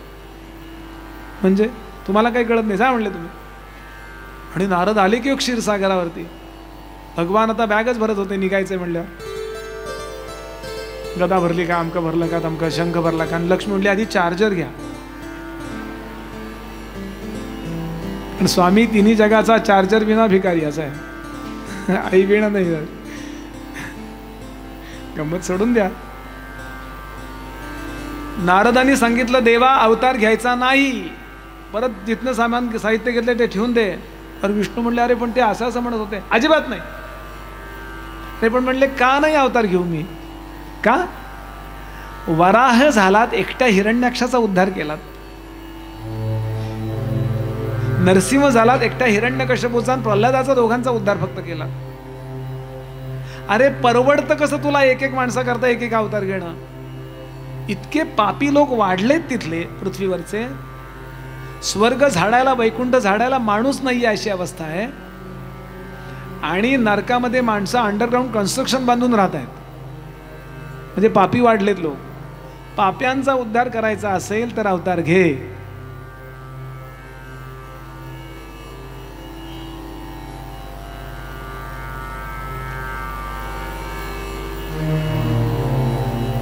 कृष्णावताराचं वैशिष्ट्य सांगतायत. कृष्णावतार हा पृथ्वीवरचा पाप्यांचा भार कमी करण्याकरता आहे, कृष्ण आणि बलरामांचा. आणि वारंवार भागवतात आले, महाभारतातही आले एवढं मोठं युद्ध कशात खेळलंय? युद्ध टाळू शकत नव्हता का तो? काही युक्ती करू शकत होता, पण युद्ध व्हावं अशी त्याचीच इच्छा होती. त्याशिवाय भार कमी होणार नाही हो. आणि म्हणून तू पापी लोकांचा उद्धार करणार असेल तर अवतार घे. भगवान म्हणले, आवडलं भगवंताला होते. भगवान म्हणाले, अपेक्षा एवढीच आहे, माझ्यापर्यंत यावं पापी लोकांनी, मी त्यांना कन्फर्म तिकीट वैकुंठाचं काढून देईन. अपेक्षा काय? माझ्यापर्यंत आलं पाहिजे. म्हणून तुम्हाला कृष्णावताराचं वैशिष्ट्य जाणवेल. सज्जनांचा जेवढा उद्धार केलाय त्यापेक्षा दुर्जनांचा जास्त उद्धार केल्याच्या कथा आहेत बघा. सुरुवातच पूतनेपासून आहे. राम आणि कृष्ण अवतार, दोन अवतार समान वाटतात मला काय. केवळ रामाने मारामारीचा नारळ फोडला तो त्राटिकेपासनं, आणि कृष्णांनी मारामारीचा नारळ फोडला तो पूतनेपासनं. देवाने सुद्धा नियम पाळला, लेडीज फर्स्ट. म्हटलं विनोद सोडून द्या, पण बघा ना, पण कृष्णावतार हे ज्ञानोबानी नंतर म्हटलंय का ना, जे खळांची म्हणजे दुष्ट लोकांची काळजी संतांना जास्त वाटते, कारण ते वाईट मार्गावर असल्यामुळे त्यांचा उद्धार करणं जास्त आवश्यक आहे असं संतांना वाटतं. सज्जन मार्गावर असल्यामुळे केव्हा तरी उद्धरतीलच असो. आणि यानंतर विवाह पार पडला कुणाचा? शूरसेन पुत्र वसुदेव आणि उग्रसेनाचा सख्खा भाऊ, त्याचं नाव देवक, त्या देवकाची मुलगी देवकी, या दोघांचा विवाह पार पडला. आणि त्या वसुदेवाला, शूरसेन पुत्राला इतके लोक मानत होते, गर्दीच गर्दी झाली त्याच्या लग्नाला. ती गर्दी पाहिल्यावर सारथ्य म्हणून सारथी कोण बसला? कंस.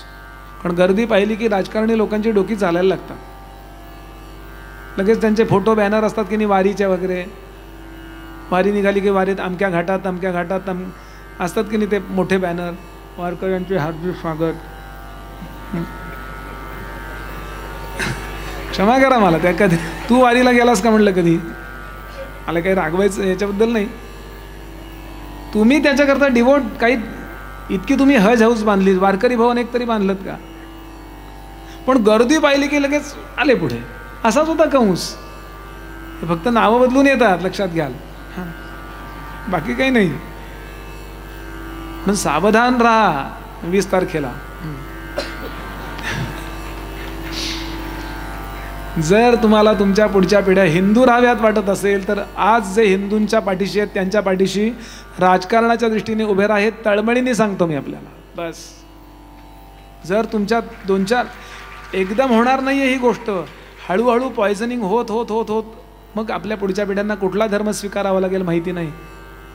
म्हणून सावधान राहा. मी माझ्या पदरचं बोलत नाही, समर्थाने सांगितलं सांगतो. मला कुठला पक्ष पोसत नाही, मला त्यांच्याकडनं चेक येत नाही, मला काही नको, मी भगवंताचा आहे. पण माझं काम आहे सांगणं. हे जे समर्थाने केलं ते मी सांगतोय. समर्थ म्हणाले, म्लेंछ माजले उदंड बहुता दिसांचे माजले बंड, या कारणे अखंड सावधान असावे. सावधानता सांभाळली पाहिजे. असो, आणि झालं ना, लोक इतकं असे आहेत ना, थोडं चांगलं वागलं की वाटतं नाही हे चांगलेच आहेत. आमचे स्वामी वरदानंद भारती सांगायचे, स्त्रिया लगेच सांगायला लागल्या, देवा कंस किती चांगला आहे हो, उगाच आम्ही त्याला वाईट समजत होतो. पुढच्या जन्मी आम्हाला त्याच्यासारखा भाऊ द्या, त्याच्यासारखा भाऊ द्या. हे नारदांनी ऐकलं आणि त्यांनी विचार केला, विरोधी पक्षनेता एवढा पॉप्युलर होता कामा नये, म्हणून त्यांनी येता येता कळ दाबली. आकाशवाणी.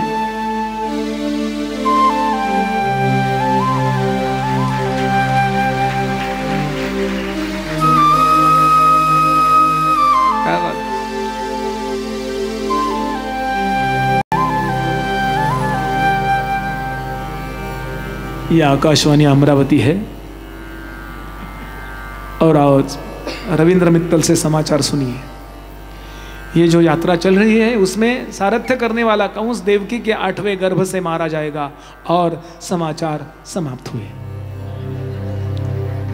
आकाशवाणी जरा गंमत हो, कथा माहिती असते पण जरा असे पोहे जसे सजवून देतात ना, पोहे तेच असतात पण बटाट्याच्या फोडी प्रपोर्शनेट कराव्यात.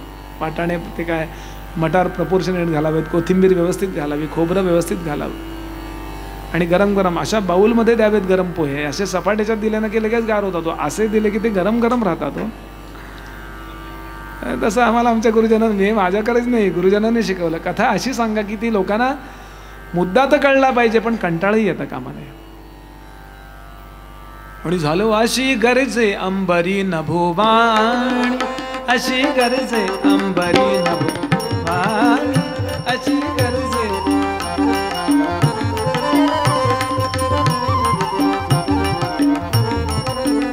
ऐकताची दचकला कंसकानी, ऐकताची दचकला कंसकानी. म्हणे कैची हे भगिनी मृत्यू खाणी हो, म्हणे कैची कैची कैची कैची भगिनी मृत्यू खाणी. रथा खाली ओढिली धरून वेणी, धरून वेणी, धरून वेणी. वेणी धरली आणि तिला खास कन रथातनं खाली रस्त्यावर पटकलं. कमरेची तलवार मोकळी केली, विकोशित केली नाही. एका घावात 2 तुकडे करतो म्हणतो. इतक्यात वसुदेव धावला. वसुदेवाने सांगितलं कॅमेरा ऑन आहे. अरे, आणि कॅमेरा आपल्याला काय शिकवतो? कॅमेरा कॅमेरा पाहिला की म्हणजे लोक पाहतात म्हणलं की माणूस. ते म्हणले बाबा रे, आम्ही तुला मारणार नाहीये, आम्ही झालेली सगळी मुलं तुला आणून देतो. आणि आत्तापर्यंत सच्चेपणानं वागणारा वसुदेव आज ती पुण्याई खर्ची पडली आणि त्याच्यावर विश्वास ठेवला कंसासारख्या दुष्टानं सुद्धा. कारण वसुदेव चुकीचं बोलणारच नाही. आणि पहिल्यांदा त्यांच्यावरती नजर कैद ठेवली. पहिला मुलगा झालाय, त्या 6 मुलांची नावं आली आहेत. हा मुलगा आणून दिलाय. कंसाने हा परत घ्या म्हणून सांगितलं. पण अनेकांनी पुन्हा त्या कंसाला सांगितलं. स्वतः नारदांनी जाऊन सांगितलं, कंसा काय भोळा आहेस रे? का म्हणले 16 हा जो जन्माला येईल 8वा, त्यावेळेला हा 16 वर्षाचा असेल. 2-2 वर्षाचा अंतर धरलं तर पुन्हा आकाशवाणी होईल. आम्हाला उलटीकडनं 8वा म्हणायचं होतं. हो म्हणलं, खरंच आहे घेऊ. चाणूर बिणूर सगळ्यांनी त्याला हुच्च्यावर घालणं म्हणतात ना, भरम असा. आणि मग त्यानं त्या बाळाला मारून टाकलं. 10-12 दिवसाच्या बाळाला मारून टाकलं. 1, 2, 3, 6 बाळं मारून टाकली. आणि शुकदेव सांगतात, राजा देवकी व्याकुळ झाली. सज्जन व्याकुळ झाल्याशिवाय देव जागा होत नाही, लक्षात ठेवा. डोंगरे महाराज सांगायचे. ह्याचं उत्तर तुम्हाला देवी भागवतात मिळेल. असं का दुःख भोगावं लागलं तिला, देवकीला आणि वसुदेवाला? त्याचा कर्मविपाक सिद्धांत तुम्हाला देवी भागवत सांगतो. वाईट वाटतंय. आणि आता त्यांना तुरुंगात ठेवलंय. 7व्या वेळेला गर्भ राहिलाय. पण तो गर्भ 7 महिन्याचा असतानाच वसुदेवाची दुसरी पत्नी, तिचं नाव रोहिणी, त्या रोहिणीच्या उदरामध्ये गेला आणि तिकडे आकाशवाणी झाली. हा वसुदेवाचा गर्भ सांभाळ. 2 महिन्यांनी ती प्रसूत झाली. भाद्रपद शुद्ध एकादशीला भगवान बलभद्रांचा जन्म झालाय. श्री बलभद्र भगवान की. आणि आता कंसाला आनंद झाला. मला घाबरून तो गर्भ गळाला असं वाटलं त्याला. आता 8वी वेळ आहे. नामदेव महाराज सांगतात, दशरथे मारिला तोची होता मास.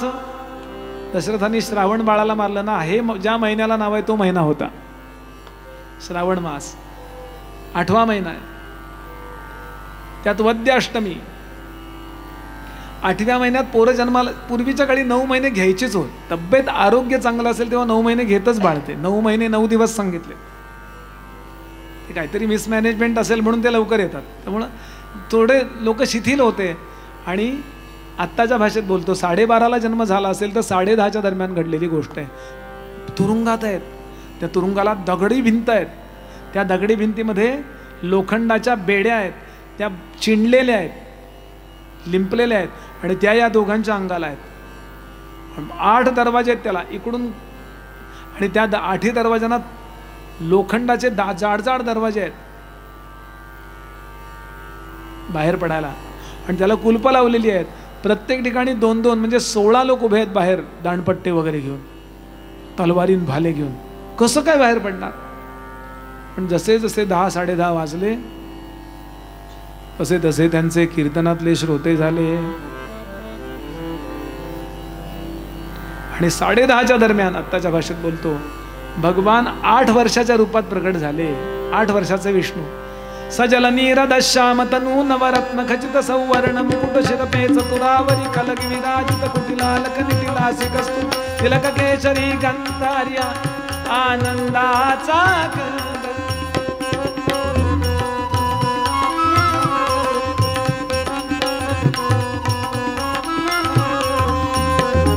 श्रवणी मनोहर मकर कुंडले फुल्लगल्ल कर्णांत दीर्घ सुप्रसन्न लोचन इंदुवदन तिलकुंदर दन अधर बिंबगत हास्य मंद मंद आनंदाचा कंद हरी हा आनंदाचा.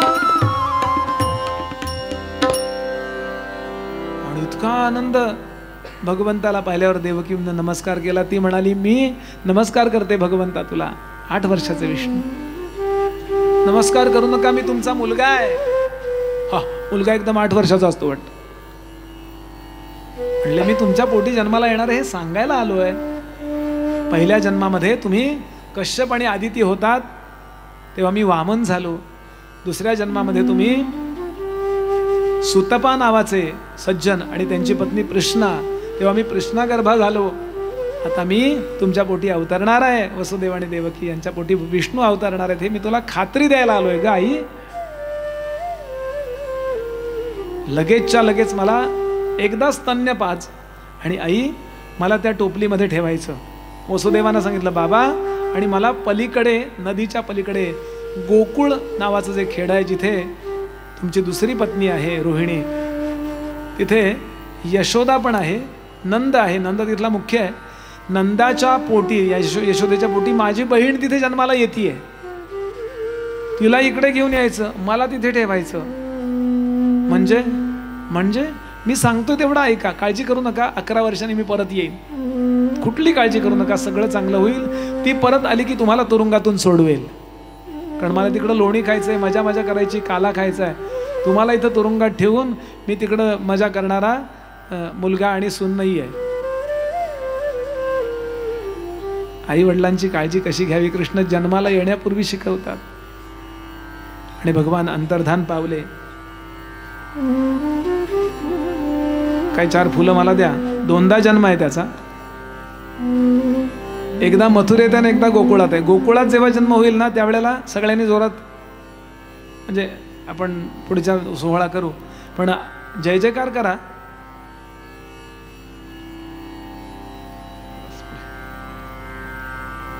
भगवान पोटात आहेत आणि वेदांनी स्तुती केली आहे, बरं देवतांनी स्तुती केली आहे. सत्यव्रतम सत्यपरम स्त्रीसत्यम सत्यस्य योनिम निहतंच सत्ये सत्य सत्यामृत सत्यनेत्रम सत्यात्मकम त्वाम शरणं प्रपन्नाः. गोपाल कृष्ण भगवान की, गोपाल कृष्ण भगवान की, गोपाल कृष्ण भगवान की. एकदा त्याला स्तन्य पाजलंय, टोपलीमध्ये त्याला ठेवलं. वास्तविक हातात साखळदंड होते पण ते आपोआप तुटले गेले. डोंगरे महाराज सांगायचे देवाला हृदयाशी धारण करा की सगळी बंधनं गळून पडतात. आणि निघाला हा, नदीपर्यंत आला. नदी दुथडी भरून वाहती आहे, त्याला पाऊस लागू नये म्हणून शेषानी फणा धरलाय. इतकं सुंदर दृश्य आहे ते. रोहिणी नक्षत्रामध्ये चंद्र आहे, वद्य अष्टमी आहे, बुधवार आहे, उच्चीचे ग्रह सगळीकडे पडलेले आहेत. आणि असा असा पुढे पुढे चाललाय आणि असं हृदयाशी छातीशी धरले बाळ, टोपली अशी छोटीशी, कल्पना करा. आणि श्रावण महिना, पाणी धो धो, विजा कडाडताय, तेवढ्या त्या प्रकाशात तो पुढं पाहतोय, निघालाय. आणि यमुनेचं पाणी दुथडी भरून वाहतंय, जाणार कसं पलीकडं. भगवंतानी विचार केला आपल्या बाबाला, आपल्या पित्याला रस्ता करून दिला पाहिजे. जन्माला आल्याबरोबर 10-15 मिनिटं नाही झाली लीलांना सुरुवात, खाली सरकले आणि हळूच पाऊल बुडवलं.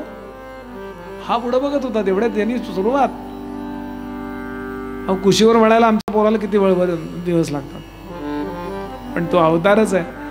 पाऊल ज्या क्षणाला लाल चुटूक तळवा या यमुनेच्या कालिंदीच्या पाण्याला लावला, त्याबरोबर तिनं असा रस्ता करून दिला. बरं, शुभांगी जशी विंचरी ते स्वभांगा.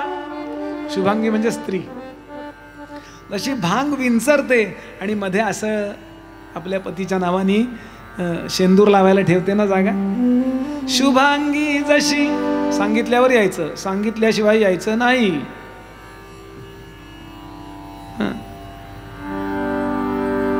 शुभांगी जशी विंचरी ते स्वभांगा. पूर्वीची शुभांगी, आता सगळा महापूर असतो. विंचरायचे नाहीत केस असं ठरलेलंच आहे हल्ली. द्विधा केश सारी करी आशु भांगा, कालिंदिकेचे तसे होय पाणी, पथे त्या पिताने तदा चक्रपाणी. गोपाल कृष्ण भगवान की. भगवंताला इकडे आणून ठेवला, जगदंबेला घेतलं. पद्मनाभ सहोदरी म्हटलंय ललिता सहस्रनामाने तिला. तिला घेतलं, हे पुढं बस इथं. आणि काय विचारता, परत तो गेला आणि इकडे बाळ सकाळी जन्माला आलेलं कळलंय. रात्री कळलं होतं मुलगी झाली आणि सकाळी कळलं मुलगा झाला. कसा बदल झाला माहिती नाही. कसे आले भगवान याचं प्रात्यक्षिक दाखवायला प्रत्यक्षामध्ये आज आपल्याकडे वसुदेव उपस्थित आहेत. वसुदेवांना विनंती करतो मी.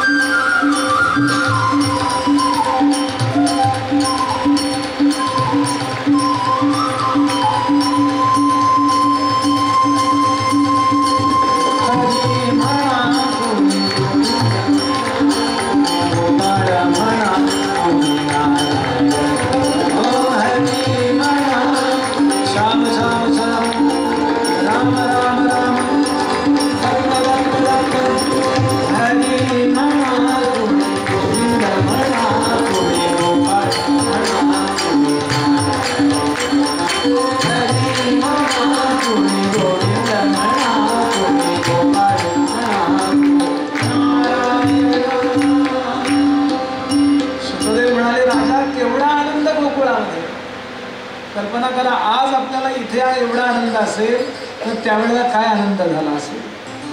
सच्चिदानंद रूप परमात्मा, सच्चिदानंद रूप परमात्मा बाळ होऊन जन्माला आलाय, बाळ होऊन प्रगट झाला. इतका आनंद झाला. अहो वर्णन केलं भागवतानी, त्या दिवशी इतकं गाईने दूध दिलं की त्या दुधाचं करायचं काय. फळांनी, फळझाडांनी इतकी फळं दिली, इतकी फळं आली, अरे काय करायचं, इतकी भाजी आली, इतकी फुलं आली. अहो ऋषी मुनींना इतका आनंद झाला, एरवी गंभीरतेनं समाधी लावून म्हटणारे हा हू हा हू हा हू असं दूध ओतू जातं तसं त्यांचा आनंद, समाधीचा आनंद ओतून नाचायला लागले ते. सर्वसामान्यता आनंद झालाच, पण ऋषी मुनी सुद्धा नृत्य करायला लागले. विचार करावा, विचार करावा, असा मला कधी आनंद झालाय का. आपला आनंद विषयाच्या पातळीवरती असतो, म्हणून ओसंडून वाहत नाही. ओसंडून व्हावा आनंद वाटत असेल तर तो कृष्ण जन्माचा आनंद असतो. या देह गोकुळामध्ये जेव्हा देहबुद्धी बाजूला पडते आणि कृष्ण बुद्धी म्हणजे मी त्याचा आहे ही बुद्धी जेव्हा पक्की होते तेव्हा सर्वत्र आनंद होतो. या देह गोकुळात केव्हा तरी कृष्ण जन्म यावा, व्हावा ही अपेक्षा भागवताची आहे. देहाचं कौतुक खूप झालं, तेव्हा तरी कृष्णाचं कौतुक करूया.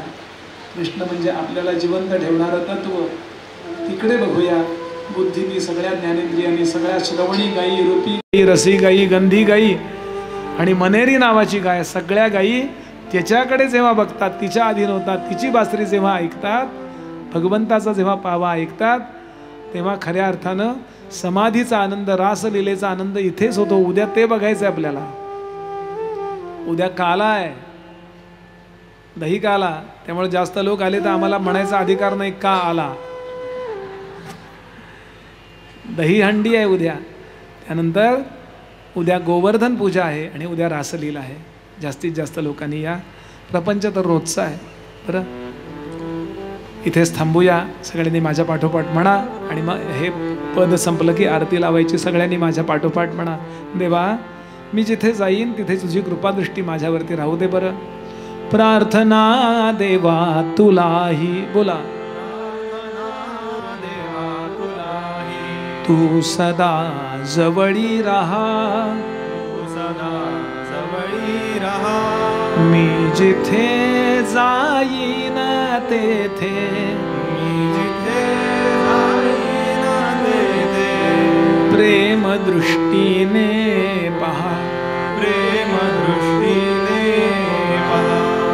दुःख जेव्हा दाटून या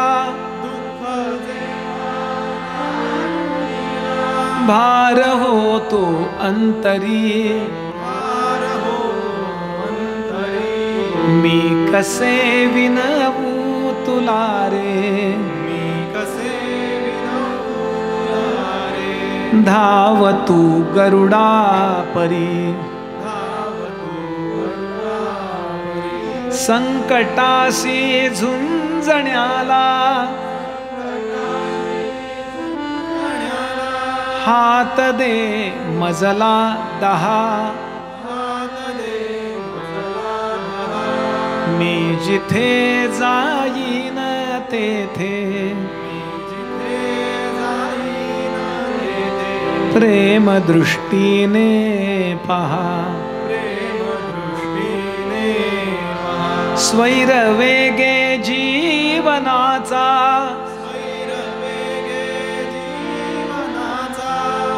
धावतो रथ सारखा संयमाचा पथही माझा लोचनांना पारखा सारथी होऊन आता आवरी अपघात हा मी जिथे जाईन तेथे प्रेम दृष्टीने पहा आस नाही मज कशाची खंत नाही मानसी तू नभाच्या लोचनांनी सर्व काही जाणसी देह हा कर्मात सरुनी सफल होवो जन्म हा मी जिथे जाईन तेथे प्रेम दृष्टीने पहा प्रार्थना देवा तुलाही तू सदा जवळी रहा मी जिथे जाईन तेथे प्रेम दृष्टीने पहा श्री सद्गुरुनाथ महाराज की भवे भवे यथा भक्ति आदयोस्तव जायते तथा कुरुष्व देवेश नाथस्त्वन्नो यतः प्रभो नाम संकीर्तनयस्य सर्व पाप प्रणाशनम प्रणामो दुःख शमन तन्नमामि हरिं परम अनायासेन मरणं विना दैन्येन जीवनं देहि मे कृपया कृष्ण त्वयि भक्तिमचञ्चलां त्वयि भक्तिमचञ्चलां